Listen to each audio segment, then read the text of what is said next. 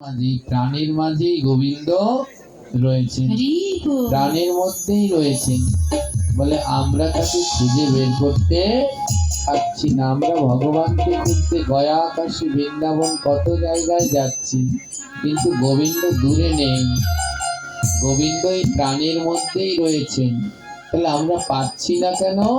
কারণ আমরা ডাকতে জানি না ভগবানকে, আমরা ডাকতে জানি না। যদি ডাকতে পারতাম তাহলে দূরে আর সাধন ভজন করতে যাওয়া লাগবে না, ঘরের মধ্যেই গোবিন্দ পাওয়া যায়।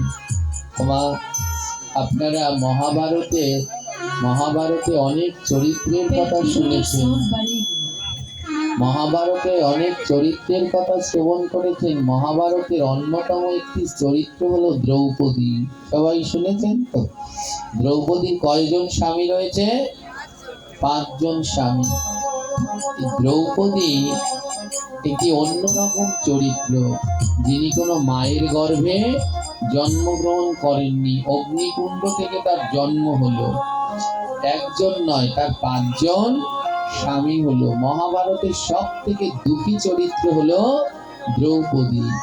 এই জগতে যার মা নেই তার মতো দুঃখী কেউ আছে? যার মা নেই সে বড় দুঃখী।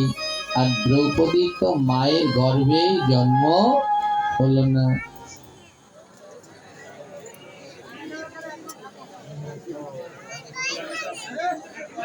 ভগবান আমাদের প্রাণের মধ্যেই আছেন বলে আমরা কেন গোবিন্দকে পাই না? আমরা ডাকতে জানি না, তার জন্য আমরা ভগবানকে পাই না। একটু আগে আপনাদের একটা কথা বললাম, মহাভারতের মধ্যে সব থেকে দুঃখী চরিত্রের নাম কি? দ্রৌপদী। দ্রৌপদীর যখন বস্ত্রহরণ হচ্ছে, ওই ভরা রাজসভায় একটা নারী যদি কোনোদিন লজ্জা মান সম্মান কেড়ে নিয়ে যাওয়া হয়, তাহলে সেই নারীর জীবনে আর কোনো মূল্য আছে? ভরা রাজসভায় দ্রৌপদীর বস্ত্রহরণ করা হচ্ছে।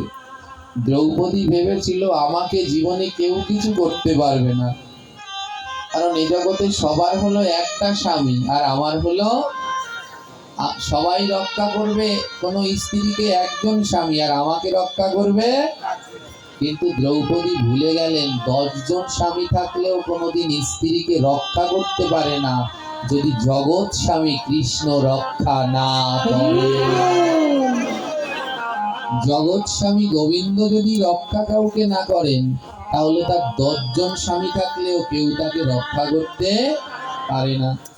দ্রৌপদী যখন বস্ত্রহরণ হচ্ছে, ডাকছেন জানেন, প্রথমে তার স্বামীর কাছে গেলেন, যুধিষ্ঠিরের কাছে গেলেন। হে যুধিষ্ঠির, আপনি তো ধার্মিক, আপনার থেকে ধার্মিক এই বিশ্ব ব্রহ্মাণ্ডে আর কেউ নেই। আপনার সম্মুখে আমার বস্ত্রহরণ হচ্ছে, আপনি আমায় রক্ষা করুন। যুধিষ্ঠির মাথা নত করে বললেন, আজ আমি পারবো না, আমি কথায় আবদ্ধ, কথা দিয়েছি আজ তোমাকে রক্ষা করতে আমি পারবো না। অর্জুনের কাছে, ভীমের কাছে গেলেন, আপনার থেকে শক্তিশালী ত্রিভুবনে আর কেউ নাই, আপনি আপনার শক্তি দিয়ে রক্ষা করুন।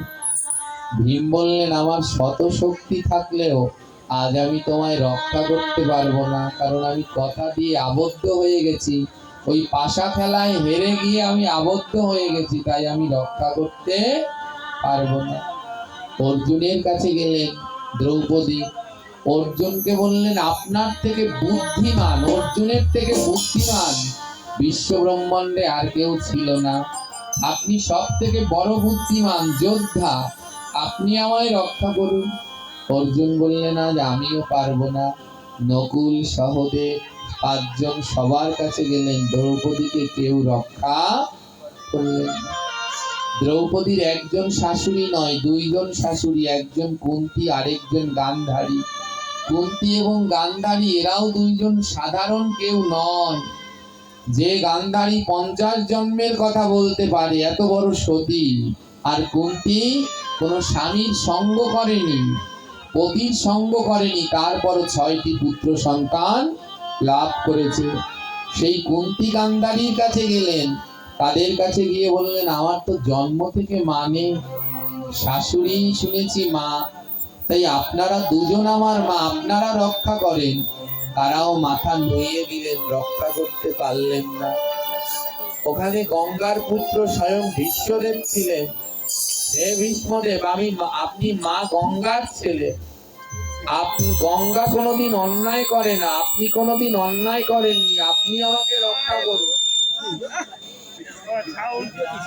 গঙ্গার ছেলে ভীষ্মদেবের কাছে গেলেন, আপনি আমাকে রক্ষা করুন। ভীষ্মদেব বললেন, আজ আমিও রক্ষা করতে পারবো না। আমার মানুষের শেষ গতি হয় গুরু। ওই রাজসভায় দুজন গুরু ছিলেন, দ্রোণাচার্য আর কৃপাচার্য। তাদের কাছেও গেলেন, আপনারা তো গুরু, আপনারা রক্ষা করুন। জানেন, সেদিন দ্রোণাচার্য কৃপাচার্য তারাও দ্রৌপদীকে রক্ষা করতে পারলেন না। দ্রৌপদী বুঝতে পারলেন, এ জগতে যে আত্মীয়, যে স্বজনকেই ডাকো, কেউ তোমায় রক্ষা করতে পারবে না। এ জগতে আত্মীয় যদি কেউ থাকে, এ জগতে বন্ধু যদি কেউ থাকে, এ জগতে স্বামী যদি কেউ থাকে, তাহলে একজনই আছে, তার নাম পরমেশ্বর ভগবান।